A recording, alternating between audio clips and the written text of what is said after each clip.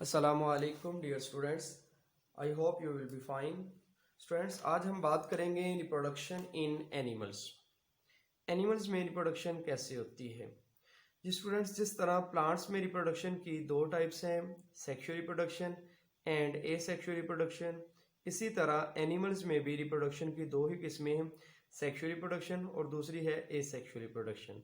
Sexual reproduction में fusion of gamete take place होती है, जबकि एसेक्सुअल रिप्रोडक्शन में fusion of gamete does not take place. Students, animals में जो एसेक्सुअल रिप्रोडक्शन है आर लेस कॉमन, जबकि प्लांट्स में जो एसेक्सुअल रिप्रोडक्शन थी वो मोर कॉमन थी जी। एनिमल्स में एसेक्सुअल रिप्रोडक्शन की डिफरेंट हमारे पास टाइप्स आ रही हैं। उनमें parthenogenesis, tissue culture technique, budding, cloning, identical twins and fraternal twins. जी स्टूडेंट्स, आइए सबसे पहले हम देखते हैं व्हाट इज द पार्थिनोजेनेसिस। जी स्टूडेंट्स, जब भी हम बात करते हैं रिप्रोडक्शन की तो हम जानते हैं कि एग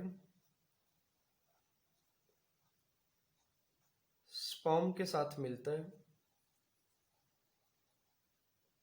इन दोनों के मिलने से, इनकी फर्टिलाइजेशन से नेक्स्ट एक जाइगोट बनता है और ये एक नेक्स्ट इंडिविजुअल में कन्वर्ट हो जाता है। माइटोसिस के जरिए अडल्ट में कन्वर्ट हो जाता है। स्टूडेंट्स, अगर ऐसा हो कि एग बगैर फर्टिलाइजेशन के अडल्ट में कन्वर्ट हो जाए, दैट इज कॉल्ड पार्थिनोजेनेसिस।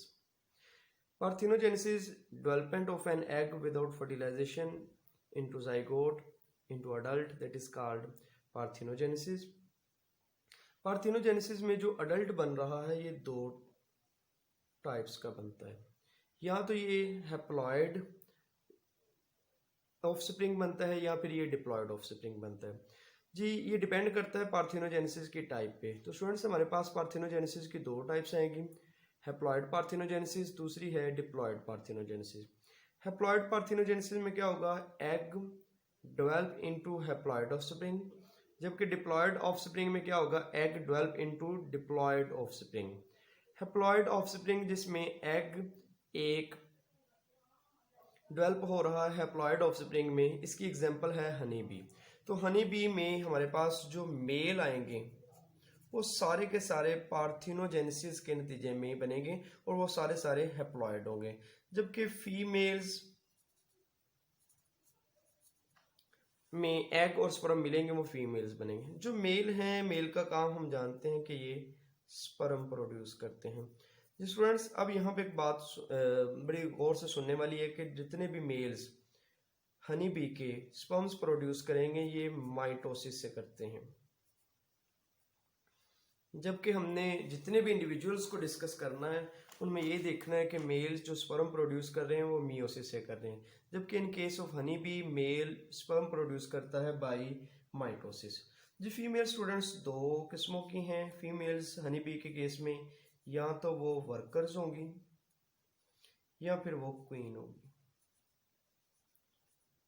जी। स्टूडेंट्स, हनी बी में जो वर्कर्स हैं ये डिफरेंट वर्क परफॉर्म करती हैं, जबकि हनी बी एग ले करती है।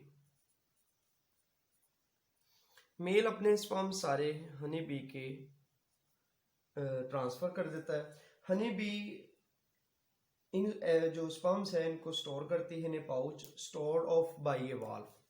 हनी बी इन स्पर्म्स को स्टोर ऑफ करती है बाय वाल्व की मदद से। अब हनी बी के कुछ एग्स फर्टिलाइज होते हैं और वो कन्वर्ट हो जाएंगे इनटू वर्कर्स, और कुछ एग्स हनी बी के वो एग्स जो फर्टिलाइज नहीं होंगे वो कन्वर्ट हो जाएंगे इनटू मेल। अब यहाँ पे जो हनी बी के मेल हैं इनके लिए हम वर्ड यूज करते हैं ड्रोन्स। ये ड्रोन्स, इनका काम है स्पर्म प्रोड्यूस करना। ये तो स्टूडेंट्स हमारे पास हैप्लॉयड पार्थिनोजेनेसिस जो कि मौजूद है हनी बी में। अब हम बात करेंगे डिप्लॉयड पार्थिनोजेनेसिस, जिसमें एक एग कन्वर्ट हो रहा है एक ऑफस्प्रिंग में, और ये वाला जो ऑफस्प्रिंग है इसमें क्रोमोसोम डिप्लॉयड है। Full number of chromosome mean के 2n है, और हम जानते हैं स्टूडेंट के जितने भी एग्स होते हैं वो 1n है जी। एग्स चूंकि 1n थे, ये 2n में कैसे कन्वर्ट हुए, पहला सवाल तो ये है कि तो हम जानते हैं स्टूडेंट्स के एग जो प्रोड्यूस होता है ये 1n है। ये प्रोड्यूस कैसे होता है? ये प्रोड्यूस होता है मियोसिस के नतीजे में। मियोसिस की दो टाइप्स है, मियोसिस 1, मियोसिस 2। एग बनता है मियोसिस के नतीजे में। मियोसिस की हमारे पास दो किस्में हैं, मियोसिस 1 या मियोसिस 2। अब स्टूडेंट्स हम जानते हैं कि मियोसिस 1 या मियोसिस 2 की एक फेज आती है एनाफेज। एनाफेज में ये वाले जो नॉन सिस्टर क्रोमाटिड्स हैं ये एक दूसरे से अलहदा होते हैं, सेपरेट होते हैं। इनके सेपरेट होना कहलाता है डिसजंक्शन।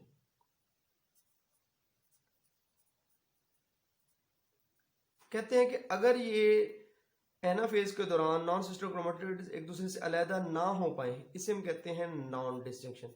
नॉर्मल हालत में डिसजंक्शन होती है, अगर ये अलहदा ना हो पाए तो इसे हम नॉन डिसजंक्शन कहते हैं। उस एग में जो क्रोमोसोम होंगे वो डिप्लॉयड ही होंगे, 2n ही होंगे, 1n नहीं होगा। एक तो रीज़न ये बताई जाती है। दूसरी रीज़न ये बताई जाती है कि जो एग प्रोड्यूस होता है उसमें 1n है, ये माइटोसिस के जरिए कन्वर्ट हो जाता है इनटू 2n में कन्वर्ट हो जाता है। ये डिप्लॉयड पार्थिनोजेनेसिस के बारे में हम दो बातें बताते हैं। नेक्स्ट स्टूडेंट्स, फ्लावरिंग प्लांट्स में पार्थिनोजेनेसिस की एक फॉर्म बताई गई है, वो है एपोमिक्सिस।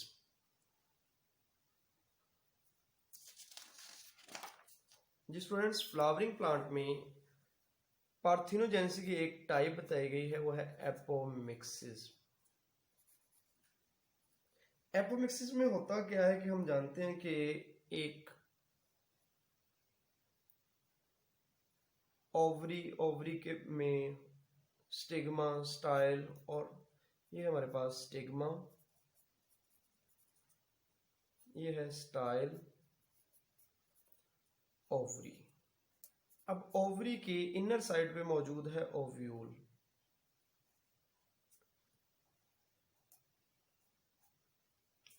ओव्यूल को मैं बाहर निकालता हूं यहां पे। जी स्टूडेंट्स, ओव्यूल के अंदर डिप्लॉयड सेल्स होते हैं। ओव्यूल में डिप्लॉयड सेल्स हैं। ये वाले जो डिप्लॉयड सेल्स हैं, ये डिप्लॉयड सेल्स जो ओव्यूल के अंदर मौजूद हैं, ये बनाते हैं न्यूसेलस या मेगास्पोर। जी वर्ड है न्यूसेलस या मेगास्पोर। स्टूडेंट्स, ये न्यूसेलस या मेगास्पोर बनाते हैं। ये न्यूसेलस या मेगास्पोर कन्वर्ट हो जाते हैं into functional embryo.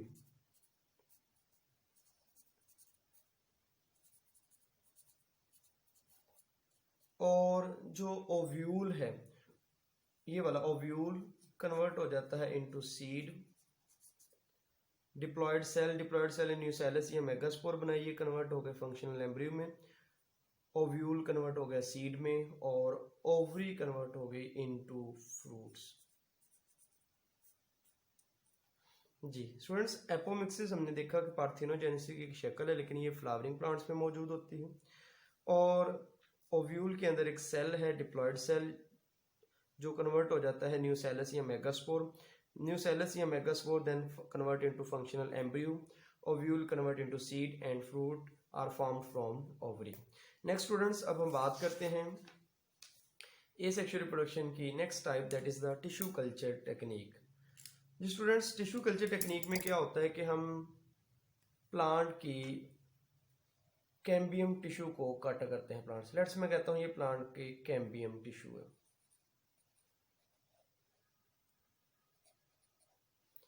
Cambium tissue को प्लांट से कट किया। बुक में इसके लिए एक वर्ड, कट के लिए एक वर्ड लिखा हुआ है, एक्साइज्ड। कट करना, प्लांट से आपने एक्साइज्ड किया एक पार्ट को। वो पार्ट कौन सा है? जिसके पास कैम्बियम टिश्यू मौजूद है। कैम्बियम मीन के जाइलम और फ्लोएम जिसके पास मौजूद है, इसको आपने ग्रो करना है एक मीडियम में। उस मीडियम में न्यूट्रिएंट्स भी मौजूद हैं plus growth substance, growth substance mean indole acetic acid जिसको आप ऑक्सीजन कहते हैं, इसके साथ साथ साइटोकाइनिन, ये भी इस मीडियम में मौजूद है। ये प्लांट देन कन्वर्ट, ये जो कैम्बियम टिश्यू है कन्वर्ट हो जाएगा इनटू न्यू प्लांट, और उसमें वही खूबियां होंगी जिस प्लांट से इस कैम्बियम टिश्यू को कट किया गया है। ये है हमारे पास टिश्यू कल्चर टेक्निक। नेक्स्ट हम बात करते हैं एसेक्सुअल रिप्रोडक्शन इन एनिमल्स की। एक टाइप है क्लोनिंग। क्लोनिंग की सबसे पहले डेफिनेशन करते हैं, production of large number of genetically identical individuals by asexual reproduction, that is called cloning. Cloning के नतीजे में जो जेनेटिकली आइडेंटिकल इंडिविजुअल्स हैं, जी बुक में यहाँ पे एक वर्ड लिखेंगे हम, जेनेटिकली आइडेंटिकल इंडिविजुअल्स।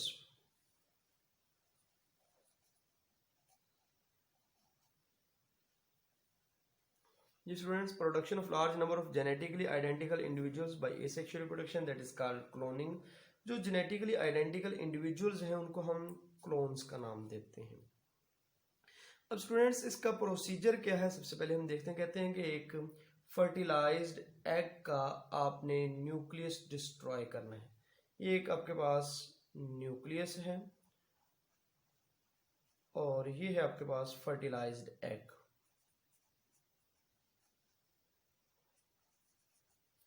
जी स्टूडेंट्स, इस फर्टिलाइज्ड एग के न्यूक्लियस को डिस्ट्रॉय कर दें। जब ये न्यूक्लियस डिस्ट्रॉय हो जाएगा तो आपके पास fertilised egg without nucleus.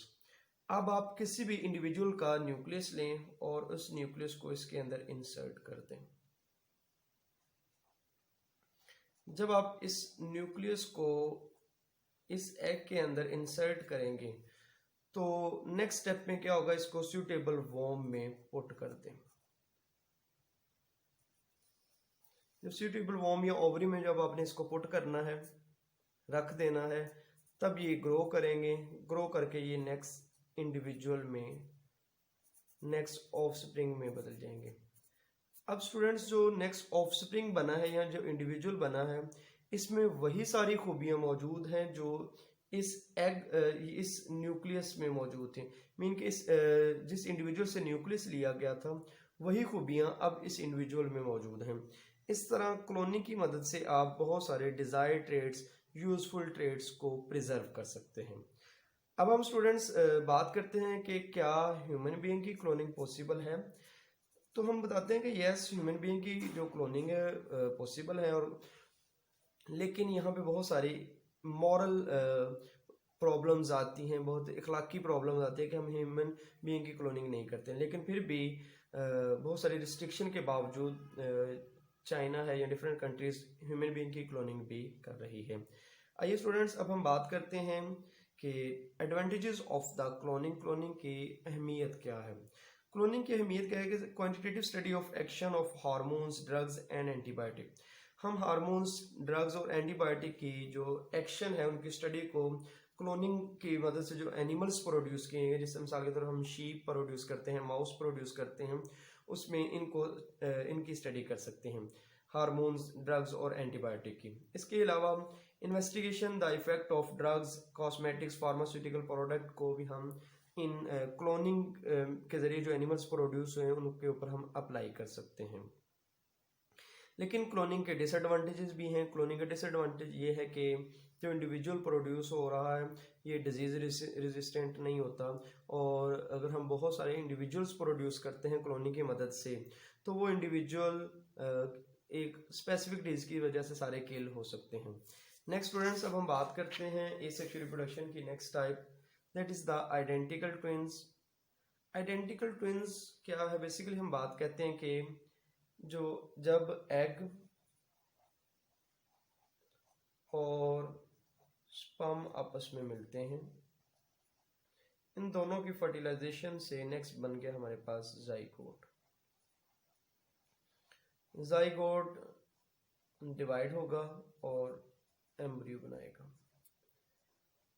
Basically zygote क्या है? जाइगोट फर्स्ट सेल है जो बना है। जाइगोट जब डिवीजन शुरू कर देगा हम कहते हैं एम्ब्रियो। एक सेल से दो सेल बने, इन सेल्स को कहते हैं ब्लास्टोमियर्स।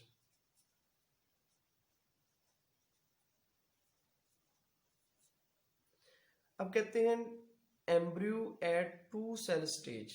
ये टू सेल स्टेज में ये दोनों एक दूसरे से सेपरेट हो जाते हैं। एम्ब्रियो टू सेल स्टेज में एक दूसरे से सेपरेट हो गए। अब ये वाला ब्लास्टोमियर इंडिपेंडेंट ग्रो करेगा, इंडिपेंडेंट माइटोसिस के जरिए नेक्स्ट इंडिविजुअल में कन्वर्ट होगा, और ये वाला जो है ये अलहदा इंडिविजुअल में कन्वर्ट होगा।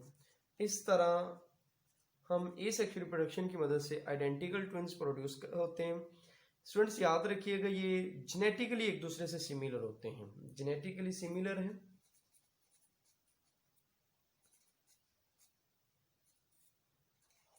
जेनेटिकली सिमिलर हैं और इनके सेक्सेस भी सेम होते हैं, या तो दोनों मेल होंगे या दोनों ही फीमेल होंगे।